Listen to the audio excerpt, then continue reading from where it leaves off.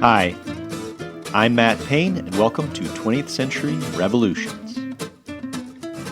Episode 2.18, The Ilinden Uprising, The Macedonian Struggle, Part 3. On the morning of April 28, 1903, a French commercial vessel was getting ready to leave the bustling Salonika harbor at just past 10 in the morning. It was a bright, sunny day in this Aegean port city of Macedonia, and the French consul who lived and worked in Salonika was present at the scene, surveying the dockyard, collecting inventory, and making sure that all necessary crew members were present. For this French consul, it seemed for all the world like that day would be just like any other routine day, with the only oddity he had so far noticed being a young Slavic man whom he did not recognize, and who had been watching the French ship with an unusual level of intensity. However, it was not that unusual to see such young vagrant Macedo-Bulgarians in the dockyards, so the consul quickly moved on to other tasks. Then, just as the French vessel was about to set sail, a huge explosion suddenly rocked the ship's engine room. And as fire quickly began to spread across the ship's deck, the French consul ran up to the ship in a panic, stopping by this young Macedo-Bulgarian to see what had happened. And as the French consul asked his secretary to explain what he had seen, the young man next to them simply listened and continued to calmly watch the aftermath of the explosion. After the crew had finally managed to control the fire, the ship's passengers began boarding lifeboats, and everyone would make it safely to the shore. Amongst the large crowd of onlookers who began pouring into the harbor, most assumed that the explosion had occurred due to an accidental fire in the engine room. However, after hearing reports from the ship's crew, the Ottoman authorities quickly began to realize that this explosion had been the result of a bomb. This bomb had been planted by the 21-year-old Macedo-Bulgarian present at the harbor. His name was Pavel Shetev, and he was a member of the anarchist revolutionary group known as the Boatmen. Later that very same day, another bomb would destroy the rail line connecting Salonika to Istanbul, derailing a passenger train in the process. Then, the following evening, complete darkness gripped the typically well-lit streets of Salonika as saboteurs began destroying the gas lines running into the city. And just as the residents of Salonika were trying to figure out why the city had suddenly gone completely dark, another massive explosion was heard from the European district as the Salonika branch of the Imperial Ottoman Bank had been blown to pieces. This explosion dwarfed those witnessed the previous day, and the bombs planted at the Ottoman Bank would flatten the surrounding buildings and lead to dozens of deaths, including many German expats. Then, in a gruesome grand finale, members of the Boatmen began to fan throughout Salonika's European district, indiscriminately throwing homemade bombs and Molotov cocktails into the local theaters, clubs, hotels, and cafes. As the Ottoman authorities descended into the area, these revolutionaries were chased into a local building where they began hurling bombs from the top balcony. Finally, the Ottoman gendarmerie managed to break their way into the besieged building, and after a brief shootout, all of the perpetrators were either killed or arrested. The 1903 bombing campaign in Salonika represented the moment when 20th century-style anarchism truly made its entrance into Ottoman society. As we just mentioned, these bombings had been carried out by the organization known as the Boatmen, and the Boatmen were a Macedo-Bulgarian anarchist group founded in 1898 by young graduates of the Bulgarian Men's High School of Salonika.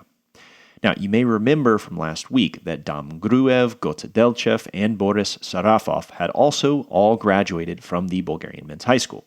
So the Boatmen were, in this way, loosely associated with the MRO and the supremacists, though the Boatmen were a distinct group with a distinct ideology.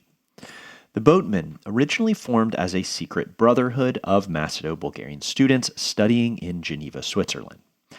Much like the Armenian parties also operating in Geneva, the Dashnaks and the Hunchaks, the Boatmen were heavily influenced by Russian anarchism, specifically following in the tradition of Mikhail Bakunin. and all of the original founders of the boatmen were former students of a Bulgarian teacher and revolutionary named Mikhail Gergikov. Before moving to Geneva and forming this cohort of anarchist disciples, Mikhail Gergikov had led a secret revolutionary committee in Plovdiv, the capital of the autonomous Eastern Rumelia, which had united with the Bulgarian Principality in 1885. This secret organization, led by Gergikov, was one of the very first Bulgarian societies to specifically center its ideology around anarchism. And then, when Gergikov moved to Geneva, he would build a community of revolutionaries who were all fiercely committed to using anarchist tactics to liberate Ottoman Macedonia and southern Thrace. This group surrounding Gergikov would become known as the Geneva Group, and it would form the nucleus of the boatmen, who would later put these anarchist tactics into practice when they carried out the 1903 Salonika bombing campaign. Within the Macedonian revolutionary movement, Mikhail Gergikov and his anarchist followers represented an alternative approach to the Macedonian question that was beginning to gain more and more traction moving into the 20th century, especially within the MRO. As we have noted, Gergikov was a committed anarchist, and the official slogan for both the Geneva Group and for the boatmen was the famous anarchist phrase first popularized by French radical Auguste Blanqui, "No gods, no masters." And the group adopted their name, the Boatmen, to express their intention to, quote, leave behind the everyday life and the limits of law, and sail with a boat into the free and wild seas of lawlessness. And then, along with being anarchist, many in the Geneva Group would also come to reject chauvinistic nationalism, not only coming out of Serbia and Greece, but also coming from their home territory in Bulgaria. So, even though Gergikov and his followers were all Bulgarians, they would begin to preach a new vision for the future of Macedonia, best encapsulated by the slogan, Macedonia for the Macedonians. As we touched upon last week, this idea of Macedonia for the Macedonians was a self-conscious attempt to move past the rising tide of ethnic nationalism that was increasingly defining not only the Macedonian struggle, but also politics within the Balkans more generally. Because what we need to keep in mind is that at this point there was not a well-defined Macedonian ethnic identity. So when people said Macedonia for the Macedonians, they were largely referring to a project which sought to build a multi-ethnic Balkan confederation, in which the rights of all the different ethnic groups of Macedonia and Thrace would be protected. And one way I have heard this described is as an attempt to essentially turn Macedonia into the Switzerland of the Balkans. And this group had long been based in Geneva, Switzerland, so you can kind of see where this might be coming from. But along with being inspired by the Swiss model of a multi-ethnic confederacy, these left-wing Macedonian revolutionaries were even more heavily inspired by the internationalism currently being promoted amongst socialists within the Second International. And for those of you familiar with the Russian Revolution, you'll know that this brand of international socialism would come to define the ideology of Vladimir Lenin, as Lenin would continue to push for international solidarity amongst all working people, even as other socialists began to profess their loyalty to their respective nations, when the world descended into chaos leading up to World War I. Lenin's push for international solidarity amongst all working people would come to define the ideology of the Bolsheviks and would be one of the biggest reasons why the Bolsheviks would grow their ranks, as Lenin promised to put an end to the increasingly unpopular war. So, like so many other things in World War I, this tension amongst left-wing radicals between loyalty to one's nation versus class solidarity across national and ethnic lines would play out in miniature in the Balkans about a decade before it would play out on a global scale in World War I. Okay, so anarchism and international socialism had begun to animate the activities of Macedonian revolutionaries more and more moving into the 20th century. And another sign of this shift towards left-wing internationalism is that in 1902, the MRO would open up its membership to non-Bulgarian members. And so the MRO would begin to have Serbian and Greek members, and they would even try to recruit Muslim Turks and Albanians, though they had very little success in this effort.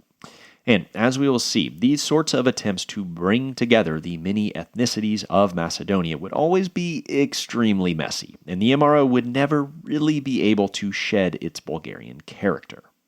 But nonetheless, these left-wing ideas influenced by international socialism and anarchism had begun to swirl around, and they would heavily influence the future direction of the Macedonian revolutionary movement in the early 20th century. Now, certainly not all Macedonian revolutionaries were on board with these sorts of left-wing utopian projects to construct a supranational Balkan confederation. Because, as we touched upon last week, in addition to the MRO operating inside of Ottoman Macedonia, there was this other revolutionary group operating across the border in the Bulgarian Principality known as the supremacists. As a refresher, the supremacists in the Bulgarian capital of Sofia were made up almost entirely of hyper-nationalist Bulgarian army officers. And these officers did not simply want to achieve autonomy for Macedonia, but instead they wanted to win autonomy specifically in order to prepare Macedonia to be annexed into the Bulgarian Principality. And well, in recent years, members of the MRO had begun to cool on the idea of being annexed directly into Bulgaria, and they had begun to think that maybe Macedonia would be better off as a separate autonomous entity, especially as these chauvinistic officers began to look down upon Macedonian revolutionaries. Now, along with having these divergent end goals, the MRO and the supremacists had also begun to promote opposing strategies for how best to achieve the liberation of Macedonia. Now, you may remember the MRO, under the leadership of Goce had spent the past several years aggressively building a network of revolutionary committees throughout Macedonia and southern Thrace. And this process would then accelerate after Jan Sandanski kidnapped the American Protestant missionary Ellen Stone and scored a huge ransom of $2.5 million for the MRO. So within Macedonia and southern Thrace, the reach of the MRO had grown considerably, and MRO committee leaders had begun recruiting peasants and had begun stockpiling weapons, ammunition, and bombs in preparation for a mass uprising. Now, at this point in the early 1900s, the MRO felt that this mass uprising was still years in the future, because even though they did have some serious momentum, the MRO still needed to stockpile more weapons and to recruit and train more members if they were ever going to be able to face off against the powerful Ottoman army. The officers in the supremacists fundamentally disagreed with this more patient approach, and thought that the best way to achieve liberation for Macedonia was not to wait until the Macedonian peasantry was ready to launch a mass uprising, but instead they wanted to precipitate a war between the Principality of Bulgaria and the Ottoman Empire. And last week we left the supremacists as their organization was being taken over by a high-ranking Bulgarian general. This general was named Ivan Sonchev. General Sonchev was an arrogant and chauvinistic Bulgarian officer who looked down upon the revolutionaries in the MRO because they were not military men. Sonchev basically thought that the MRO should be completely subservient to the officers in the supremacists, and that they should only work to support the Bulgarian army in a future war to liberate Macedonia. The leaders of the MRO, specifically Goce Delchev and Jan Sandanski, argued strongly against such a war, pointing to the recent conflict between the Greeks and the Ottomans in which the newly modernized military of the Ottomans had completely trounced the Greek army. And this defeat had been devastating for the Greek nation and had seriously weakened the Greek position in Macedonia. And then, along with making the argument that the Bulgarians would likely lose any war against the Ottomans, Delchev, Sandanski, and other MRO leaders operating on the ground inside of Ottoman Macedonia also had a keen awareness that they were nowhere near ready for a mass uprising. And well, the supremacists didn't care about this fact because they didn't think that a mass uprising would be necessary if the Bulgarian army just invaded Macedonia. And this really gets us to the major divide emerging amongst Macedonian revolutionaries, best illustrated by this growing rivalry between the MRO and the supremacists. Increasingly influenced by populist left-wing ideologies like socialism and anarchism, the MRO had begun to put all of their efforts towards laying the groundwork for a true mass uprising in which the peasants of Macedonia would rise up en masse and drive the Ottomans out, winning their liberation on their own behalf. And well, this approach lay in stark contrast to the supremacists who essentially just wanted to invade Ottoman Macedonia on behalf of the Bulgarian state.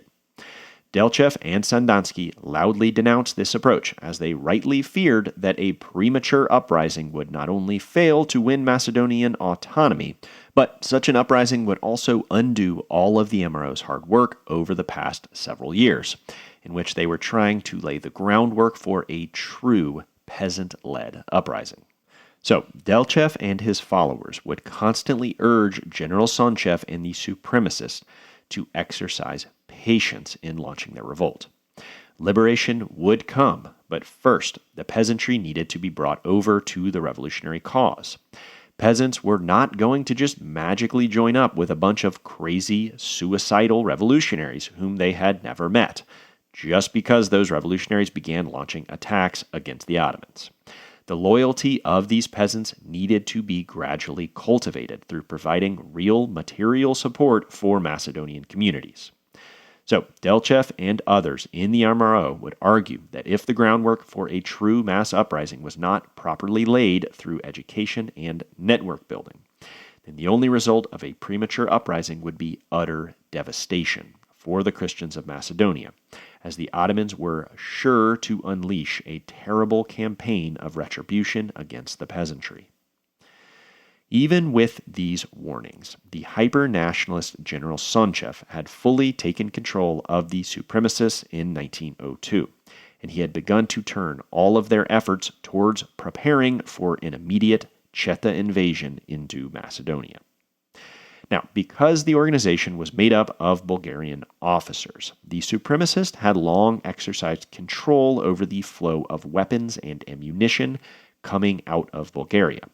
So the supremacists began to use this to their advantage as they sent agents into Macedonia and began promising town leaders access to weapons in exchange for joining up with their cause.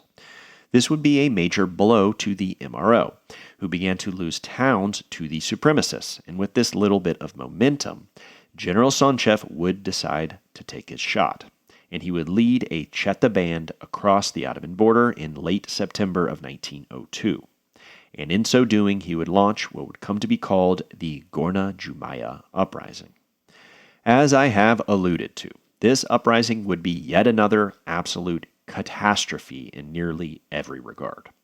Now, when General Sonchev and his guerrilla bands entered Macedonia, they were able to muster close to 3,000 fighters, which included soldiers from the Bulgarian military as well as local rebels drawn from the Macedonian peasantry. However, even though this was a bigger force than the 800 irregulars mustered for the earlier 1895 invasion, these 3,000 largely untrained and ill-equipped guerrillas would be facing off against an Ottoman force of close to 14,000 well-trained and well-equipped troops. So General Sonchev's little adventure never had any chance of succeeding. But all evidence seems to point to the fact that Sonchev knew that the uprising would likely fail going into it. Remember, General Sonchev was trying to precipitate a war between Bulgaria and the Ottoman Empire, and he even reserved hope that the Russians would swoop in and declare war on the Ottomans as well, liberating Macedonia in the process. But in this belief, General Sonchev and the rest of the officers in the supremacists demonstrated their complete ignorance of the current realities of geopolitics. Because at this point in 1902, the Russians were currently preoccupied with their Far East adventure in Manchuria, an adventure that we will be coming back to because the Russo-Japanese War will have some very important ramifications for the project of the Young Turks. But this war was still a year and a half in the future, and as of now, the Russians were aggressively expanding into Manchuria.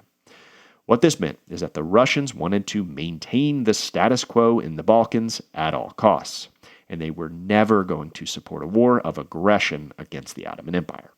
So, when the supremacists invaded Ottoman Macedonia, the Russians did not join them, but instead reprimanded the Bulgarian government in Sofia, just as they had done in 1895 after the first failed supremacist invasion, telling Bulgarian officials that they needed to figure out how to control these Macedonian cowboys who were constantly stirring up trouble.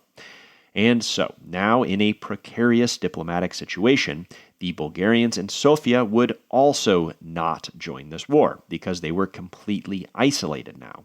And they knew, just as Goce Delchev had said, that Bulgaria would almost certainly lose any war against the Ottomans if they had to fight this war alone.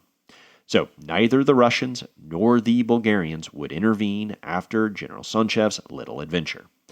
And as Sonchev and his fellow officers scurried back across the border, just like they had in 1895, everyday Macedonians were yet again left to face the terrible retribution of the Ottoman authorities and the Bashi Bazouks, as indiscriminate massacres were initiated against Christian peasants. General Sonchev's ill-fated Gorna Jumaya uprising would be perhaps most disastrous for the MRO agents working within Macedonia, who had been busy slowly educating the peasantry and gradually building up a revolutionary network. And when Sonchev and his fellow officers crossed the Ottoman border, they actually would be attacked by MRO guerrillas, including one raid initiated by Jan Sandanski. The left wing of the MRO, led by Goce Delchev and Jan Sandanski, had been the most vocal opponents of a premature uprising because they knew that such an uprising would be devastating for their overall project. The MRO had been working tirelessly to lay the groundwork for a true mass uprising that could both be led by the Macedonian peasants themselves and be large enough to actually have a chance of driving the Ottomans out once and for all. But after General Sonchev's premature uprising, the Ottomans would not only unleash the Bashi Bazouks on the Christian peasantry, but they would also use the uprisings as an excuse to begin arresting anyone vaguely suspected of being a member of the MRO, and the gendarmerie also began to more aggressively track down MRO guerrillas operating out in the countryside. And it would be within this context that tragedy would strike the MRO in May of 1903. Earlier that year, the MRO's greatest leader, Goce Delchev, had traveled throughout Macedonia and Thrace, essentially doing damage control after Sonchev's failed uprising, as Delchev visited local committees and urged their leaders to please be patient and to continue stockpiling weapons and training peasants in preparation for the real uprising, which was not yet at hand. However, as a result of the general crackdown on MRO activities, many of the members of the MRO's Central Committee in Salonika had been arrested, and this would alter the leadership of the organization at a very critical moment. The new Central Committee would include Delchev's old classmate Boris Sarafov, who always held kind of a tweener position between the MRO and the supremacists. And well, Sarafov and the others in this new Central Committee would begin to send out memos to the local MRO branches, essentially saying that the supremacists had forced their hand and that an uprising needed to be launched immediately if the organization was going to survive. These memos sent Delchev into a frenzied panic, and he hurried down to Salonika to try and influence this decision of the Central Committee. But one thing that we need to understand about Delchev is that he was never a very good politician. Delchev was much more of an inspirational, and you might even call it spiritual leader. And any time that real division opened up between Macedo-Bulgarians, Delchev was not great at navigating it. So Delchev was unable to sway the Central Committee to change their course, and the MRO began committing itself to going ahead with their long-awaited uprising, even though leaders like Delchev and Sandanski believed that this uprising would be extremely premature. So, after failing to convince his old friend Sarafov and others in the Central Committee to change course, Delchev would depart Salonika, leaving the city just before the boatmen unleashed their bombing campaign and blew up the Salonika branch of the Ottoman Bank. The attacks of the boatmen simply led the Ottoman authorities to further intensify their crackdown on MRO activities in Macedonia, and the Ottoman gendarmerie began to fan out across the countryside in order to track down the Macedonian guerrilla bands. And in early May 1903, Goce Delchev was on his way to meet back up with Jan Sandanski to relay the message that the uprising was moving forward and to discuss how they should proceed.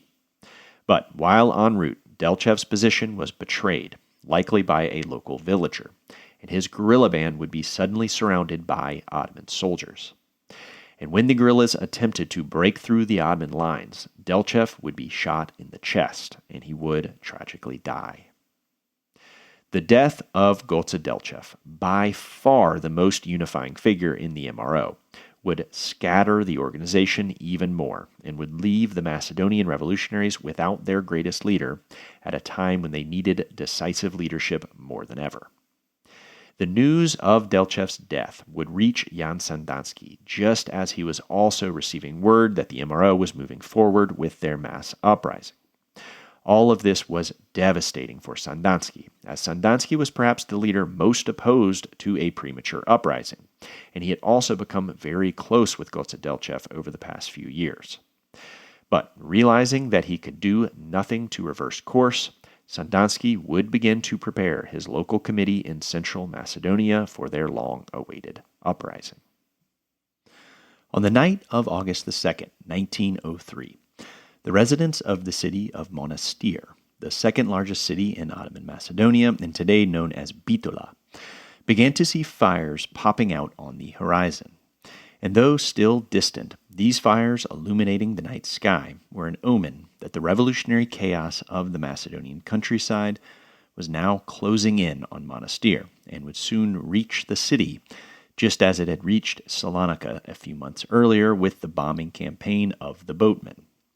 Because throughout the surrounding region, Christian peasants had begun setting their hay bales ablaze as a signal that their long-awaited uprising was finally at hand.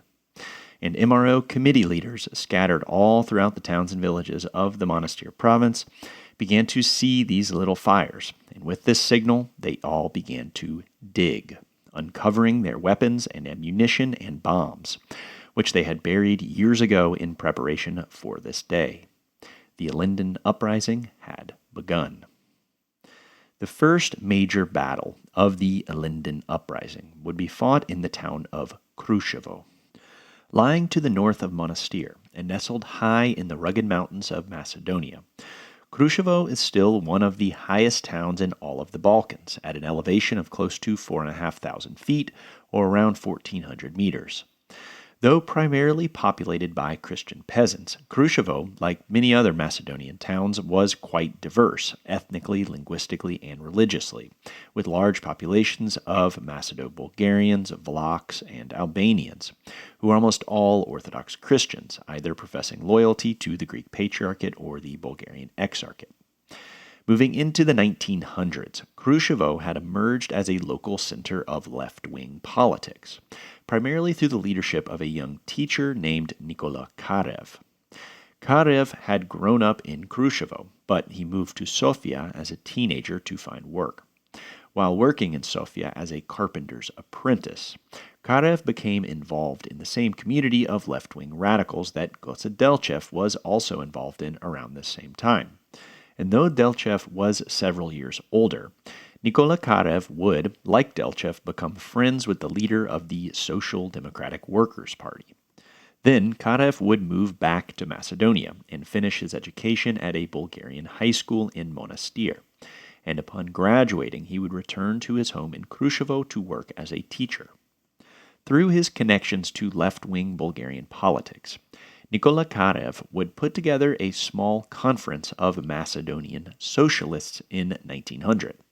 This conference would be held just outside of Kruševo, and during the Congress, the delegates mapped out a potential future for Macedonia, in which Macedonia was to become a socialist republic, and this republic was meant to act as the core element of a new Balkan confederation.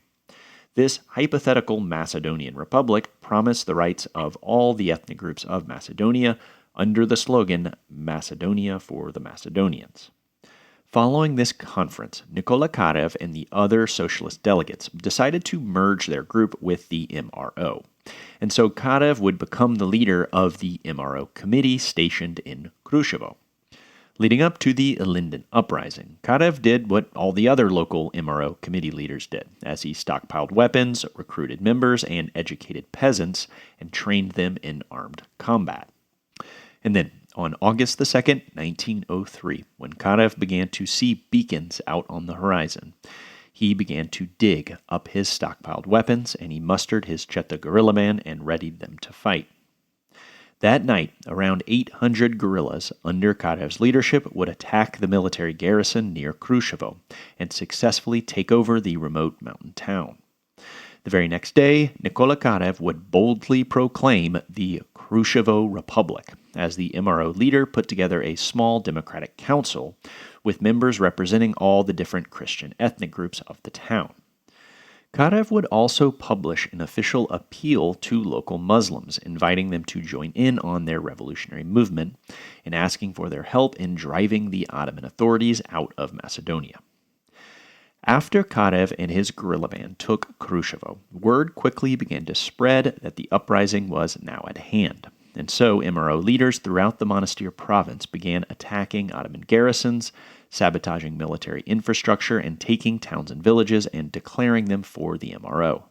And because Goce Delchev, Jan Sandanski, Dam Gruev, and other MRO leaders had been tirelessly working to set up local revolutionary committees over the past several years, once local leaders began getting word that the uprising they had been waiting for had now truly come, the revolt would spread like wildfire. And within just a few weeks, MRO agents and Christian peasants following their lead would rise up across nearly the entire territory of Macedonia and southern Thrace, with uprisings breaking out as far west as the border of modern Albania and as far east as the city of Edirne, which lays just about 150 miles from Istanbul. And according to some figures, this uprising would eventually include some 25,000 MRO fighters alongside their peasant followers. And even though Goce Delchev had sadly not lived to see this day, his disciple, Jan Sandanski, would himself eventually decide that the momentum was now unstoppable, and Sandanski would gather his guerrilla band and lead them against Ottoman garrisons in central Macedonia. On the far eastern edge of the uprising, all the way over in the Black Sea region of southeastern Thrace, yet another experiment in radical politics would be attempted amidst the chaos of the Ilinden Uprising. In early 1903, the MRO Committee of the Stranja region, a mountainous zone lying just to the east of the city of Edirne and around 100 miles up the Black Sea coast from Istanbul, had been put under the leadership of Mikhail Gergikov, who we talked about earlier in this episode as the anarchist leader of the Geneva Group and former teacher of the students who founded the Boatmen. And so when Gergikov received word that the MRO and their peasant followers had begun to rise up, Gergikov would quickly put together a revolutionary army. And in late August, Gergikov's army began attacking military garrisons, taking over government buildings, cutting telegraph lines, and sabotaging local infrastructure. Within a few weeks, the entire region of the Stranja Mountains had been taken over by MRO forces as the Ottoman gendarmerie and local Muslims began fleeing the area, most of them departing by boat from the local ports. At the height of the uprising, the MRO rebels managed to take control of around 100 towns and villages. All of these towns and villages were primarily populated by Orthodox Christians and were either controlled by the Bulgarian Exarchate or the Greek Patriarchate. Under Gergikov's leadership, this area of the Stranja Mountains would be briefly organized into a decentralized anarchist commune. And essentially, local towns and villages began to self-organize their own militias, and a commission was established in which towns began voluntarily cooperating with each other, organizing food rations, distributing arms, and reconstructing the local infrastructure. This little anarchist experiment is often called the Stranja Commune, and the commune's leaders self-consciously resisted hierarchical structures and went out of their way to avoid coercing anyone to participate in their political project. And so, for a brief period, a little anarchist utopia spontaneously and organically arose in the Stranja Mountains, representing one of the earliest experiments in anarchist organizing, predating later and more famous events like Nestor Makhno's anarchist commune in southeastern Ukraine during the Russian Revolution, and the experiments in anarcho-syndicalism during the Spanish Civil War. The Krushevo Republic and the Stranja Commune were a clear expression of the radical left-wing movement within the MRO, first initiated by Gotsadelchev and then carried on by leaders such as Nikola Karev, Mikhail Gergikov, and Jan Sandansky.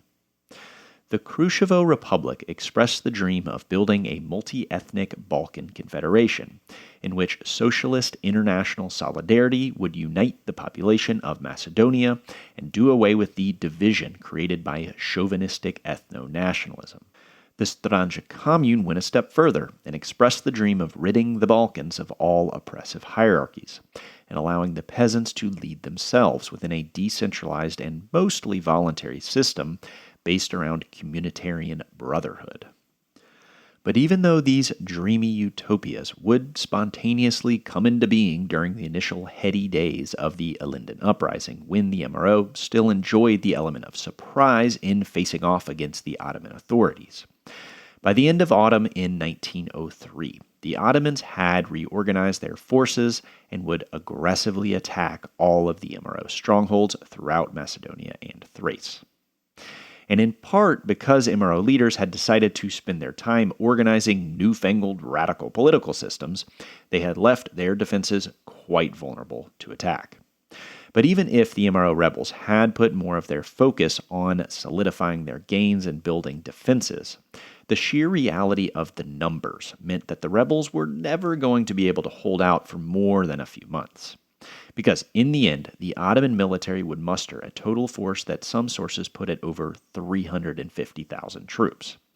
And so, even though the MRO had constructed a pretty impressive mass uprising, their 25,000 poorly armed and poorly trained irregular guerrillas basically had zero chance against the might of the newly modernized Ottoman military. And so, the warnings of Gotsadelchev and Jan Sandansky were proven to be correct, and the Ilinden Uprising was ultimately premature. And unlike the April Uprising, which had earned Bulgaria its autonomy some 25 years earlier, the Ilinden Uprising would not prompt any foreign military intervention, as the Russians were busy in Manchuria and the Bulgarians were diplomatically isolated, and would surely lose a war against the Ottomans as they would have to fight completely alone. So, after the elation of early victory and the brief establishment of these heady experimental political systems, the wrath of Ottoman repression would be brought down on the Christian peasants of Macedonia like a sledgehammer. And the devastation would be immense, as hundreds of villages were completely burned to the ground, thousands of Christian civilians were indiscriminately massacred, women and children were kidnapped or subjected to terrible sexual violence and abuse, and nearly 100,000 people were left completely homeless. So, for everyday Macedonians, this would be yet another humanitarian disaster in the Ottoman Empire. By mid-October 1903, 3 months after the uprising had begun, MRO leaders came together to order a ceasefire, and they would begin sending out messages to local committee members ordering them to disband their forces. This would, of course, be a messy and gradual process. But by the end of October, the Ilinden Uprising was over, and the MRO rebels had been completely crushed. The ultimate legacy of this uprising in Macedonia and southern Thrace would be varied and quite mixed. For the MRO, the Ilinden Uprising would represent the apex of their power and influence, and the organization would be permanently disrupted as the Ottoman authorities rooted out guerrilla bands operating in the countryside and arrested MRO leaders living in the cities of Slanica, Monastir, and Edirne.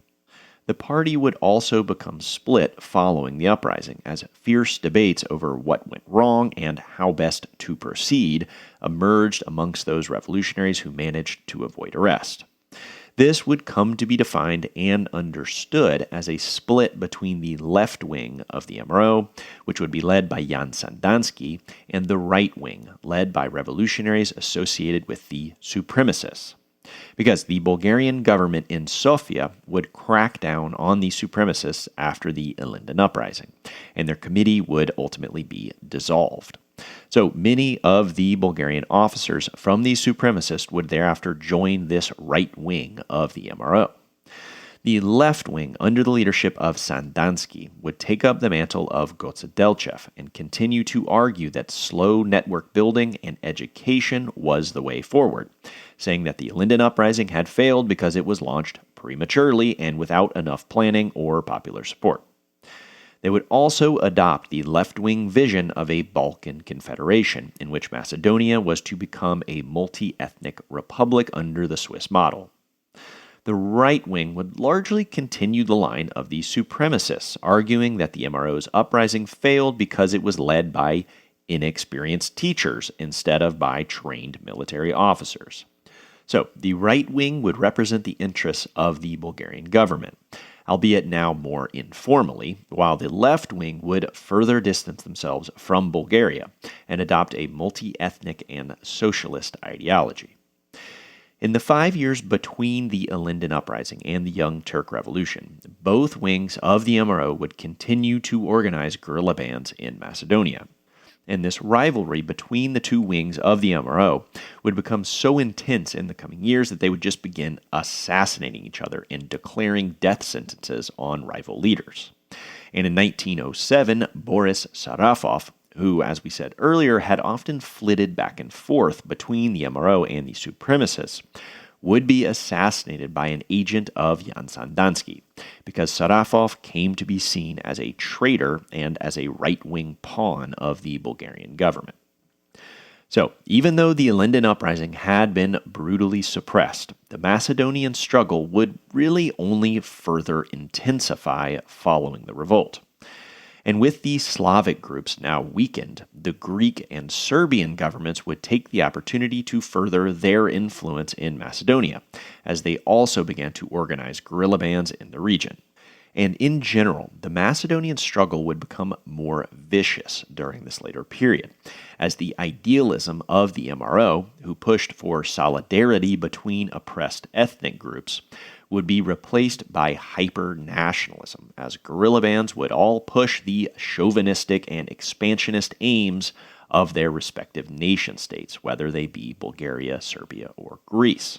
And some Greek guerrilla bands would even cynically team up with the Ottoman army and help them to crush the MRO.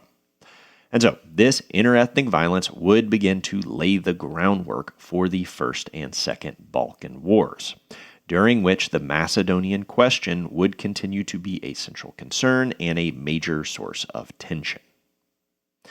Now, what is easy to miss in all of this is that even though Bulgaria, Serbia, and Greece were all fighting to gain control of Macedonia, during this time, Macedonia was still under the control of the Ottoman Empire. Macedonia was not even an autonomous province. It was under the direct administration of the Ottomans and remained a central part of the empire. So the generalized chaos of the Macedonian struggle would create even more resentment amongst Muslim military officers in the Third Army of Macedonia, who were given the very unenviable task of trying to maintain order in Macedonia as they fought Christian guerrillas and tried to put an end to all of this violent chaos. And critically, the nature of the Macedonian struggle as a conflict fought between ethnically based nation-states would heighten the sense amongst Muslim officers that they were locked in a Darwinian struggle against these Christian nation-states. And increasingly, this struggle would come to be understood as being fought against Christians more generally. And then, even though the great powers did not intervene militarily on behalf of Christian rebels during the Ilinden Uprising, the great powers would, following the uprising, establish a foreign-led gendarme police force, allegedly in order to help the Ottoman Third Army to maintain order in the Macedonian provinces. The presence of these smug European officers, who immediately began just bossing around Ottoman officers, would create even more resentment within the Ottoman Third Army and would begin to spread fear amongst their ranks that the great powers were secretly making plans for a future occupation of the region, as had happened in Bosnia-Herzegovina, Egypt, Cyprus, and so on. This fear that the great powers were planning to occupy and administer Macedonia will end up being the trigger for the mutiny in the Ottoman Third Army that will launch the revolution of 1908. But we are not there just yet, and as we will see next week, the revolutionary chaos that had so far been limited to the Ottoman borderlands of Macedonia and eastern Anatolia since the mid-1890s would finally penetrate Sultan Abdulhamid's inner sanctum, as Armenian revolutionaries wishing to enact their revenge against the Sultan for his role in the Hamidian massacres load a cart full of explosives and smuggle it into the Yildiz Mosque, as they try and put it in to the Red Sultan once and for all. So join me next week for the Yildiz assassination.